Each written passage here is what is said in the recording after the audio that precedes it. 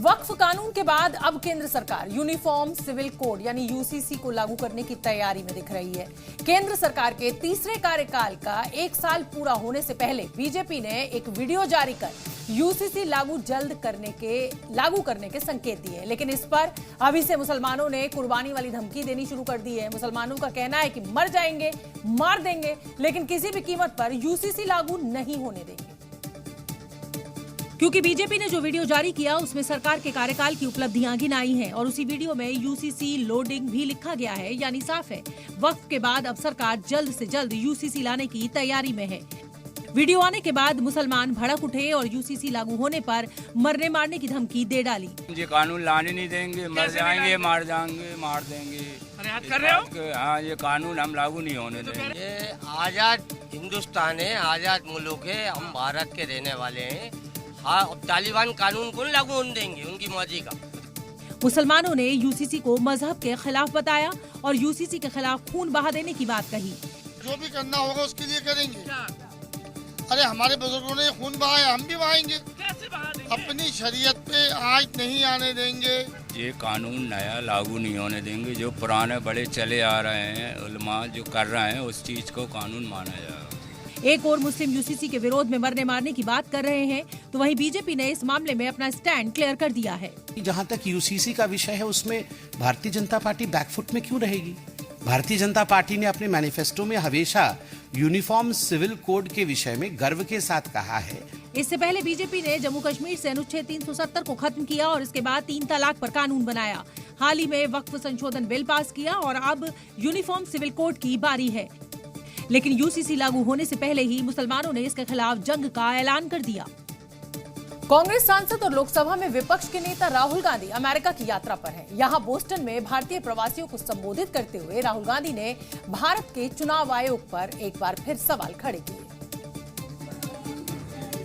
विदेशी मंत्री राहुल ने भारत के लोकतंत्र का अपमान किया। उन्होंने बोस्टन में भारतीय प्रवासियों को संबोधित करते हुए महाराष्ट्र चुनाव का जिक्र किया। विदेशी धरती से राहुल गांधी ने आरोप लगाया कि भारत के चुनाव आयोग ने समझौता कर लिया है।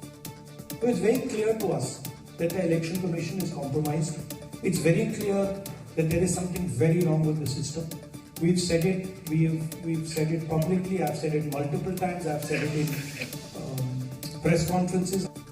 विदेशी धरती से भारत के लोकतंत्र पर उंगली उठी तो बीजेपी ने भी मोर्चा खोल दिया और चुनाव आयोग की विश्वसनीयता पर सवाल उठाकर कांग्रेस सांसद राहुल गांधी बुरे फंस गए। उनके बयान पर सियासी बवाल खड़ा हो गया है, जिसके बाद बीजेपी प्रवक्ता संबित पात्रा ने राहुल गांधी पर तीखा हमला बोला। विदेश की भूमि में जाकर भारत पर इस प्रकार हमले करने वाला राहुल गांधी याद रखे कि वो 50,000 की बेल पर बाहर है। वो गुनहगार है, वो भ्रष्ट है, उसने चोरी की है, डकैती की है। माँ बेटे ने डकैती की है और डकैती करने के बाद इनकी इतनी हिम्मत है कि विदेश की भूमि में जाकर आप हिंदुस्तान के लोकतंत्र के ऊपर उंगली उठाते हैं। बीजेपी प्रवक्ता संबित पात्रा ने प्रेस कॉन्फ्रेंस में राहुल गांधी और कांग्रेस पार्टी को जमकर लताड़ लगाई। अमेरिका में दिए बयान और नेशनल हेराल्ड केस के लिए राहुल गांधी पर तीखे हमले किए और राहुल गांधी को पॉलिटिकली अनफिट बता दिया। बहरहाल विदेशी धरती पर राहुल के बयान के बाद सियासी तूफान आ गया है और ये राजनीतिक घमासान अभी थमने का नाम भी नहीं ले रहा है।